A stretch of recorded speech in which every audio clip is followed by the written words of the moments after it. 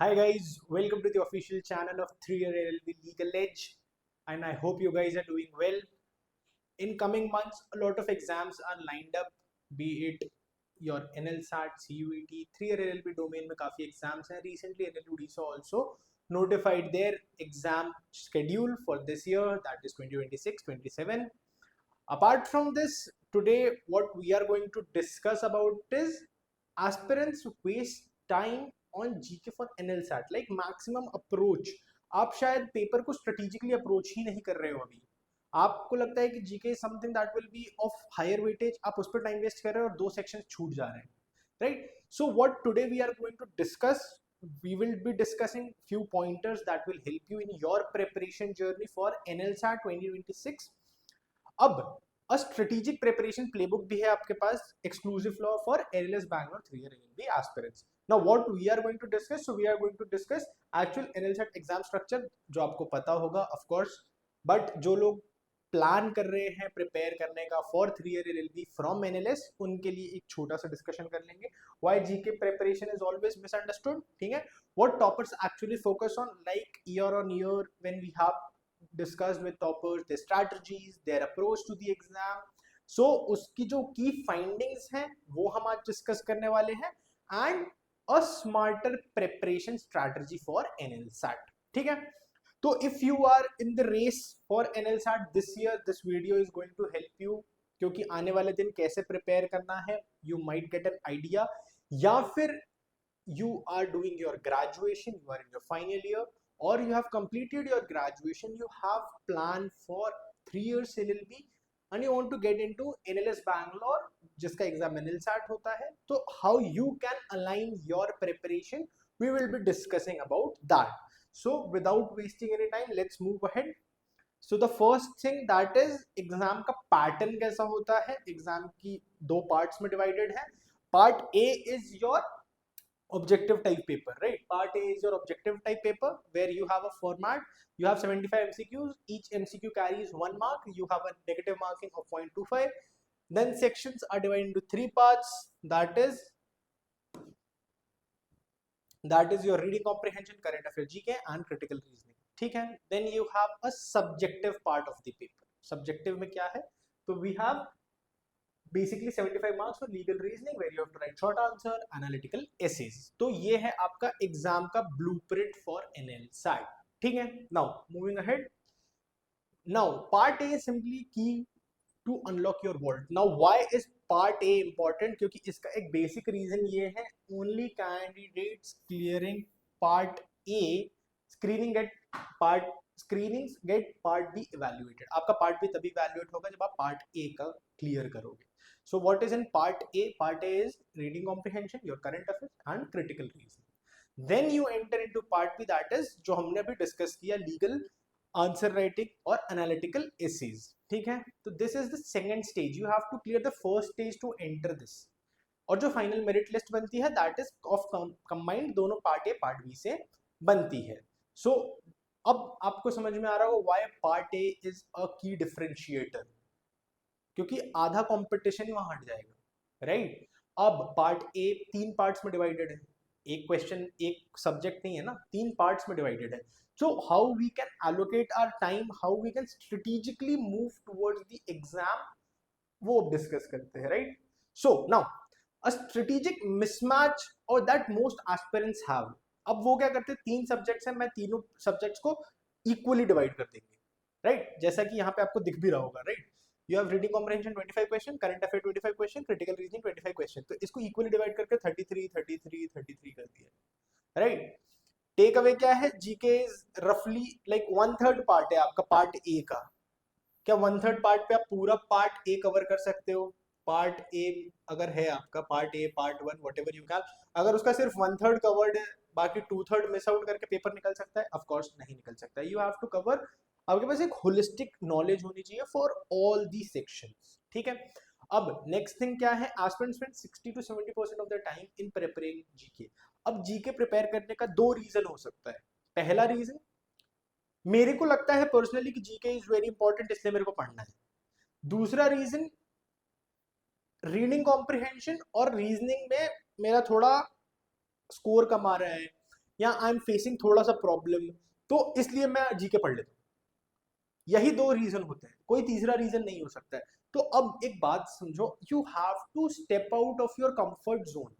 GK आप पढ़ोगे, well and good, no doubt कि आपका जीके अच्छा है, बट आपको दो सेक्शंस और कवर करने हैं, that is your English, that is your RC and your reasoning section. Reasoning कई लोगों के लिए डिफिकल्ट हो सकता है, बट उसका ये कोई भी रीजनिंग कहीं भी काम नहीं आएगी कि आपका रीजनिंग डिफिकल्ट है इसीलिए मैंने वहां पे ट्राई नहीं किया। ठीक है, तो you have to step out of your comfort zone, GK से बाहर आओ और बाकी दो सेक्शंस को भी इक्वल इंपॉर्टेंस दो। और trust me, everything is practice based, if you practice you will definitely increase your scores. अगर आप देखोगे इफ, तो basically whenever you attempt a mock or whenever you prepare, your mindset should be just focusing on one thing, that is पिछली बार जो mistake हुई वो repeat ना हो और पिछली बार से स्कोर में +1 हो। That is why we emphasize a lot. If you would have watched our past videos on our channel, a lot of times every mentor, every faculty has put an emphasis on mock analysis. हमेशा mock analysis के लिए इसलिए बोला जाता है क्योंकि अगर आपका आज के मॉक में स्कोर है x, तो नेक्स्ट मॉक में आपका स्कोर x+1 तभी जाएगा जब आज आपने उन अपने मिस्टेक्स पे काम किया, आपने वो टॉपिक्स रिवाइज किए जहां पे आपका स्कोर जा रहा था। ठीक है, तो that is a important thing. अब मिसमैच जो मैंने आपको बताया, दैट इज दिस ओनली। ठीक है, आप इक्वली डिवाइड कर देते हो, वेल एंड गुड, बट जब आप धीरे धीरे आगे बढ़ते हो तो शायद आपका ये जो जीके और ये वाला पार्ट है 33 से 70% तक चला जाता है, और ये दोनों मिला के आप 30% टाइम देते हो। द रीजन, जो दो रीजन मैंने बताया वही हो सकते हैं। ठीक है, नेक्स्ट थिंग नाउ, अब एक चीज समझो, जीके जो सेक्शन है, अब कई स्टूडेंट्स को लगता होगा कि एनएलएस में admission for 5 years is through CLAT, तो जैसा जीके वहां पूछा जा रहा है वैसे ही जीके यहाँ पूछा जाएगा, बट आप खुद सोचो कि अगर वो 2 एग्जाम करा रहा है तो सिमिलर पैटर्न क्यों रखेंगे? Getting my point? अगर वो 2 एग्जाम करा रहा है तो दो अलग टाइप के ही उनकी स्ट्रैटेजी, उनका माइंडसेट टू इवैल्यूएट स्टूडेंट्स होगा। क्लैट में they evaluate 12th class students, NLSAT में they evaluate students having a graduate degree, right? तो मेनी एस्पिरेंट ट्रीट एनएलसैट की जैसा जीके क्लैट पे आता है वैसा ही हम पढ़ेंगे। तो व्हाट दे डू इज, वो आपका स्टैटिक जीके आप मेमोराइज करना स्टार्ट कर दोगे, you will go with year books जो साल के एंड में आई होंगी, 2025 के मोटी मोटी ईयर बुक्स होंगी, फैक्ट बेस्ड करंट अफेयर्स उठा लोगे, लॉन्ग मंथली मैगजीन्स पढ़ लोगे। बट इससे जो, मैं ये नहीं बोल रहा हूँ दीज आर रॉन्ग, ये सही है, बट हमारा जो फोकस है दैट इज, हमारे पास एक डेट है एग्जाम की, हमको उसके अंदर चीजें कवर करनी है। अगर आप इन सारी चीजों को पकड़ के चलोगे तो टाइम फ्रेम बढ़ेगा, हमारे पास टाइम का क्रंच है। तो what we have to do is, we have to look at the requirement जो एनएलसैट की है। तो अब what you can do is, what exam demand is passage based questions, comprehension oriented analysis। ठीक है, you have to use your mind कि okay, this statement, this statement, this statement, you have to connect the dots, you have to know art of reading between the lines, then you have testing reading speed plus awareness, then you have lastly not pure factual recall। आपको सिर्फ अपने factual recalls पे काम नहीं करना है, you have to work on your reading speed, your knowledge with respect to the current situation going based, passage based question से बहुत comfortable होना पड़ेगा। ठीक है, तो I hope you got to know about कि जीके की रिक्वायरमेंट फॉर एनएलसैट कैसी है, राइट? देन अब समझो द बेसिक प्रॉब्लम जो हम फेस करते हैं वो क्या होता है, जो मैंने आपको बताया ना स्टार्टिंग में कि वो 33 हम डिवाइड करके स्टार्ट करते हैं प्रिपेयर करना, बट हम कब जीके को अपना कंफर्ट जोन बना के बैठ जाते हैं और वो 70% हो जाता है, हमको खुद नहीं पता चलता, राइट? तो अब उसका प्रॉब्लम कैसे होगी वो मैं आपको बता देता हूँ। 70% time spend focusing on GK. अब इससे होगा क्या, क्योंकि जैसा मैंने आपको बताया यू हैव अ डेट, आपको उस एग्जाम डेट के पहले आपको अपना तीनों पोर्शन कवर करना है विथ पार्ट बी। ठीक है, तो अब पॉइंट ये होगा, अगर आप 70% ऑफ योर टाइम सिर्फ एक सेक्शन पे दोगे दैट इज जीके, तो उससे प्रॉब्लम ये होगा पुअर रीडिंग स्पीड बिल्ड होगी, क्योंकि आप रीड कर ही नहीं रहे हो कुछ।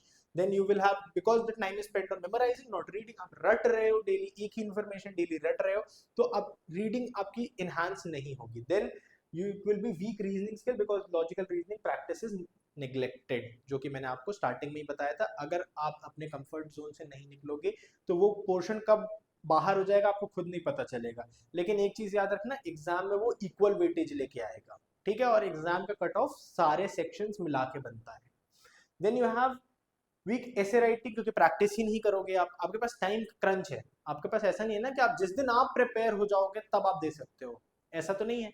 You have a limited time, in that frame only you have to cover your English, GK, logical reasoning and part B का राइटिंग, ठीक है। Then you have less overall mock test practice, और ये तो सबसे बड़ी दिक्कत होगी, अगर आप कोई भी पेपर दे रहे हो उसके पहले आपने मॉक नहीं दिया है, it's better not to appear for that exam. Might sound harsh but is truth, क्योंकि पहले पेपर दोगे तो पता तो चलेगा आपको कि what environment it takes to write an exam, question किस टाइप के आते हैं, you will have the opportunity to work on your mistakes, but उसके लिए टाइम ही नहीं बचेगा क्योंकि आपने अपना मेजर टाइम एक सेक्शन को दे दिया है, ठीक है। ये गलती नहीं करना है, इसीलिए मैं आपसे ये डिस्कस कर रहा हूं कि how strategically you can divide your own time. Now अब एक स्किल, जो एक स्किल सेट है टू डिटरमाइन सिलेक्शन, जो स्टूडेंट्स के अंदर एक स्किल सेट, जो मैंने स्टार्टिंग बताया था, after having a few discussions with toppers, what we have come up is basically reading speed and comprehension, ठीक है। तो in this you have passage based question require quick and accurate understanding, अगर इसकी ये पूरा practice based है, if you have a good practice, if you have a good command over reading, definitely you can ace in this section. Then next section is critical reasoning, evaluating argument, applying strict logical analysis to them. Then last part comes is analytical writing. This is an equally important. ये दो चीजें मिलके आपका part A बनेगा and this is your part B, ठीक है। तो अब एक चीज समझो, इंडिविजुअल किसी का भी काम आ रहा है नहीं, so you have to flow in this zone जहां पे आपके पास सबका थोड़ा थोड़ा नॉलेज है, you are completely aware about the sections they are coming up, you are completely aware about the situation based question, your comprehension based question, हर चीज आपको पता है, you are not missing out on any aspect. Paper में ऐसा नहीं होगा कि अरे ये क्या आ गया, you will not find anything new in your final exam, आप हर चीज टच करके अगर चलोगे तो। अब एक चीज जो इंपॉर्टेंट है वो ये अलग से इसलिए लिखी है, the reason being is students who read editorial daily often outperform those who memorise GK notes. अब एक जीके नोट्स पढ़े जा रहे हो पढ़े जा रहे हो पढ़े जा रहे हो, कई स्टूडेंट ऐसे होते हैं जो डेली एडिटोरियल फॉलो करते हैं, you can pick any newspaper as per your choice. अब स्टूडेंट्स के साथ ऐसा होता है, when they read they get aware about a lot of things going out in the market, that is very important for GK perspective, ठीक है। तो अगर आपकी हैबिट नहीं है एडिटोरियल पढ़ने की, तो editorial will help you in a lot of aspect. The first aspect is your reading speed and comprehension will grow, ठीक है, आपकी स्पीड डेली बढ़ेगी। आप जो एडिटोरियल आज शायद 40 मिनट 45 मिनट में पढ़ रहे हो, कल आप आधे घंटे में पढ़ोगे, 20 मिनट में पढ़ोगे, और टाइम कम होते जाएगा। तो this will help you in your final exam. आप जब क्वेश्चन पेपर उठाओगे देखोगे तो you will be in a speed, आपको ऐसा नहीं होगा कि वापस ऊपर जाकर पढ़ना पड़ रहा है कि अरे मिस हो गया, फिर से पढ़ना पड़ेगा। कई लोगों के साथ ये प्रॉब्लम होती है, when they read a full passage, वो स्टार्टिंग से पढ़ना चालू करते करते करते करते फिर वो कहीं मिस आउट हो जाता है, फिर वो वापस शुरू से पढ़ना चालू करते हैं। तो ये प्रॉब्लम उनको आती है जिनकी रीडिंग हैबिट नहीं होती, ठीक है। तो start reading editorials on daily basis. Read editorials आपको जीके में भी हेल्प करेगा, रीडिंग स्पीड में भी हेल्प करेगा, ठीक है, और पेपर ही पूरा रीडिंग का है। ऑल्सो पार्ट बी में आंसर स्ट्रक्चर करने में भी हेल्प करेगा। तो लैंग्वेज जो एडिटोरियल में यूज होती है, अब वो लैंग्वेज से फेमिलियर होगी, you will start using those phrases, वो लैंग्वेज यूज करना स्टार्ट करोगे तो आपके आंसर आउटशाइन करेंगे, ठीक है। Next, a smart strategy of time allocation of all the subjects. आप सबको कैसे कैसे इक्वली दे सकते हो। Stop spending a lot of time on GK section, ठीक है, क्योंकि अब वो मेरे को आता है और मैं वही पढ़े जा रहा हूँ, डेली मैं वही पढ़ रहा हूँ जो मेरे को आता है, मैं वो टच ही नहीं कर रहा हूँ जो मेरे को नहीं आता है। तो how can you expect a result जो आपका मिक्स पेपर आ रहा है उससे, राइट। तो what you can do is, ideally what you can do is, depending, देखो this is just an ideal plan, ठीक है। अगर आपको लगता है कि आपको चेंज करना है depending on your strength, your weaknesses, you can definitely, you are open to change, right. तो what you can do is, if you are starting your preparation और if you are going to attempt NLSAT this year, what you can do is give you 10% of time energy to essay writing और practice, ठीक है, लिखने की practice करते रहो daily basis पे। Habit में रहना जरूरी है, how to write question, how to write answers, how to structure them, कैसे फ्रेजेस यूज करने हैं, कैसी लैंग्वेज यूज करनी है, ये इंपॉर्टेंट है. Next thing you can do is give your 20% of your time to current affairs, conceptual awareness and not static fact. Static आपने पढ़ रखा है, बार बार मत रिवाइज करो उसको. कुछ ऐसे स्टैटिक जीके होता है जो हमको पता है, हम बट जबरदस्ती उसको रिवाइज कर रहे हैं. हमको पता है, अब वो चेंज भी नहीं हो रहा, हम जबरदस्ती रिवाइज कर रहे हैं. Don't do that. ठीक है, गिव थोड़ा 20% of your time, then 40% of your time should go on reading comprehension and editorial reading, क्योंकि ये आपके एग्जाम का फाउंडेशन है. कोई भी सेक्शन, कोई भी पार्ट उठा लो, this is your foundation. So give major chunk यहाँ पे. ठीक है, and then comes 30% to your critical reasoning part. अब 30% क्यों रखा है और 20% जीके क्यों रखा है? The reason being is reasoning एक ऐसा सब्जेक्ट है जिसमें अंदर बहुत सारे चैप्टर्स हैं. शायद हो सकता है आपका कोई चैप्टर स्ट्रॉन्ग है, कोई चैप्टर वीक हो, तो you have to allocate 10% of your time on your mistakes. 20% of your time you can spend it on factual building or foundation building, understanding the topic, learning new things and everything. But उनमें कुछ गलती होगी, उस पर कब काम करोगे? तो you have to allocate 10% of your time to practice on your mistakes, rework on your mistake, and then again perform good in that particular section. मैंने स्टार्टिंग में जो बोला था, again I will say that आपका motive ये होना चाहिए कि जो सेक्शन या जिस टॉपिक में मेरे स्कोर मिस आउट हो रहे हैं, मैं वापस वो पॉइंट्स मिस आउट ना करूं. Right, moving ahead.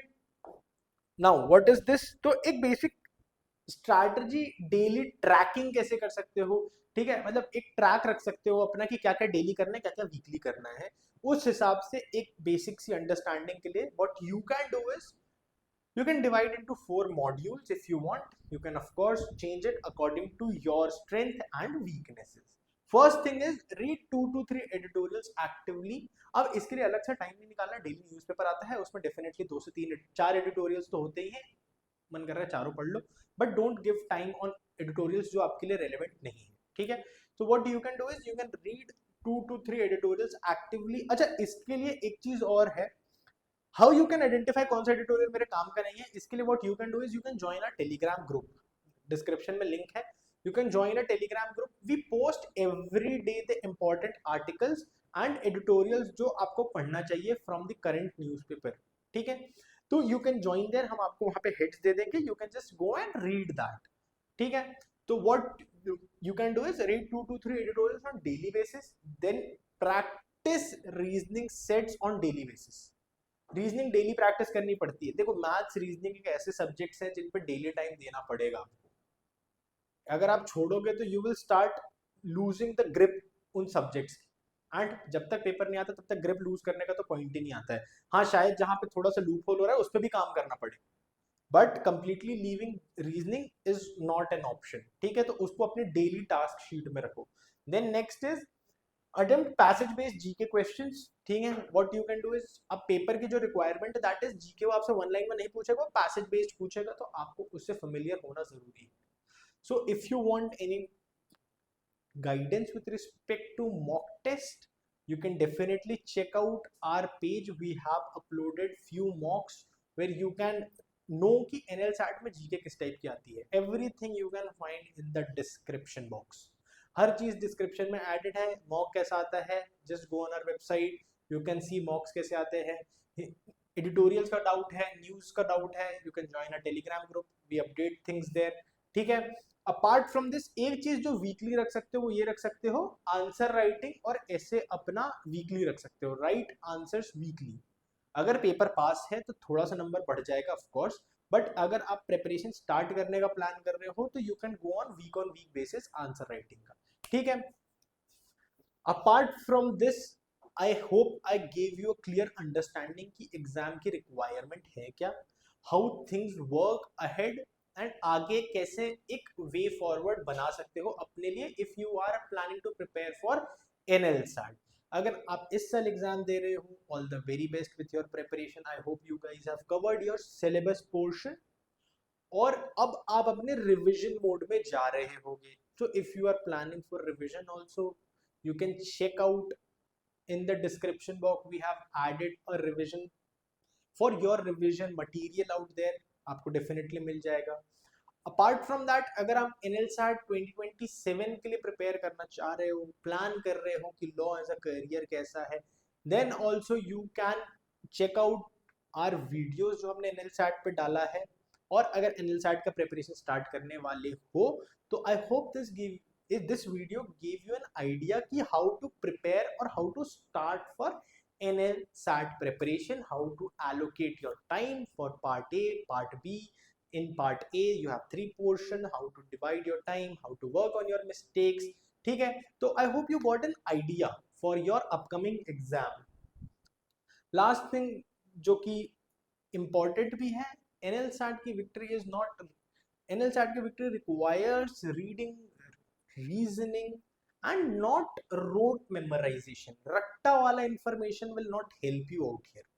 आपकी रीडिंग रीजनिंग दोनों अच्छी होनी चाहिए, कोर है वो एग्जाम का कोर ही है, reading and reasoning. You don't have to go for rote memorization, ठीक है। मास्टर द पैसेजेस जो एग्जाम्स में आते हैं, लुक फॉर PYQs के लिए also you can go on our channel, you can go on our website, you can check out the PYQs we have uploaded. Apart from this, if you are preparing for any 3-year LLB exam, be it CUET, MHCET और NLSAT और NLUO जिसकी dates आ गई हैं, और DSNLU, you can definitely follow our channel for more such updates। We keep coming with a lot of information, classes, academic, non-academic for you guys। Apart from that, if you need anything, do let us know in the comment section, that is always available। We will definitely bring out things for you depending on your suggestions, your requirements। Till then, take care and do prepare well, और जिनका इस साल NLSAT है, all the very best।